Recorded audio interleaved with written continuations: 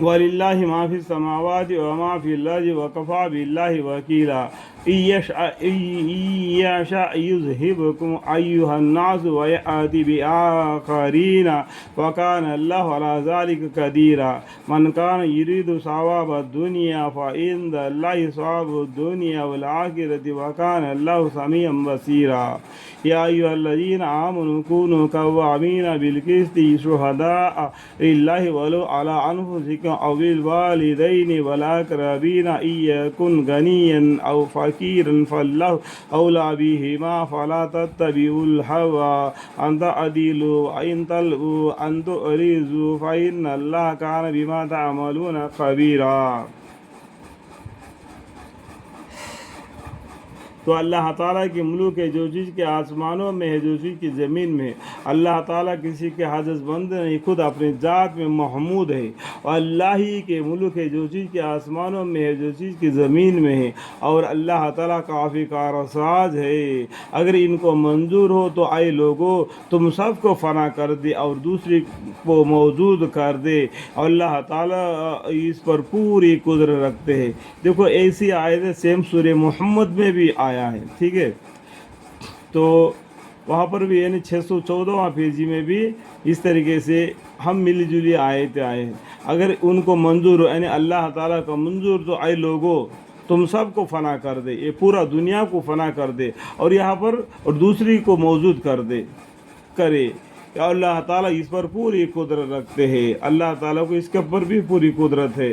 یہ پورا یعنی اس سے پہلے جنوں تھے اس دنیا میں، اللہ تعالیٰ نے ان کو صاف کر دیا، پھر انسانوں کو پیدا کر دیا، تو انسانوں کو بھی صاف کر کے دوسرے کو پیدا کر دے گا۔ وہ اللہ کو بڑی آسان ہے۔ تو ہے کہ تم اللہ کو نافرمانی کر کے زندگی گزارنے سے اللہ کی کوئی نقصان نہیں، تمہارا ہی نقصان ہے۔ اللہ اپنے ذات میں محمود ہے، ٹھیک ہے۔ جو شخص جو نیک کام کرتا ہے اس کا وہ اس کو دیا جاتا ہے، جو شخص جو برا کام کرتا ہے اس کا سزا اس کو دیا جاتا ہے۔ اللہ کے ہاں برابر کا حساب کتاب ہو جاتا ہے۔ جو شخص دنیا کا معاوضہ چاہتا ہو تو اللہ تعالیٰ کے پاس تو دنیا اور آخرت دونوں کا معاوضہ ہے۔ اللہ تعالیٰ بڑے سننے والے، بڑے دیکھنے والے ہیں۔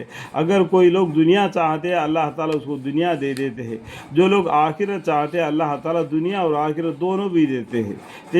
ربنا آتنا فی الدنیا حسنۃ وفی الآخرۃ حسنۃ وقنا عذاب النار۔ یہ دنیا جو چاہیں گے، دنیا فنا ہے، کل من علیہ فانی ویبقی وجہ ربک ذو الجلال والاکرام۔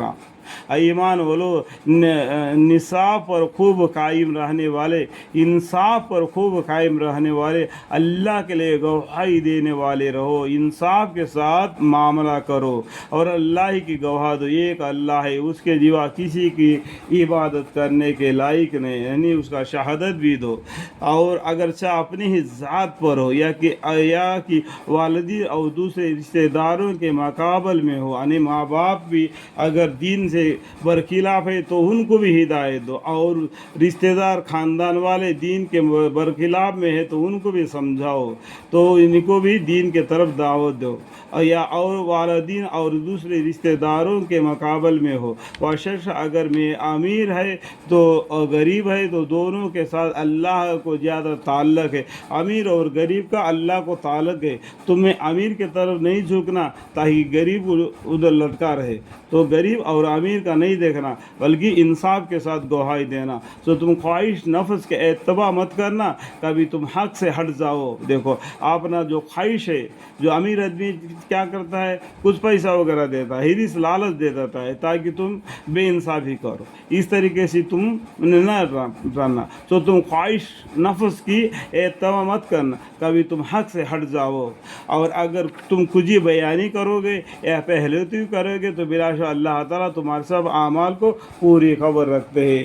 اللہ کے پاس تمہاری پوری انعام اعمال ہے، جس طریقے سے تم دنیا میں عمل کرے گا اس طریقے اللہ کے یہاں بھی تمہارا پیش کیا جائے گا۔ اللہم اغفر لنا۔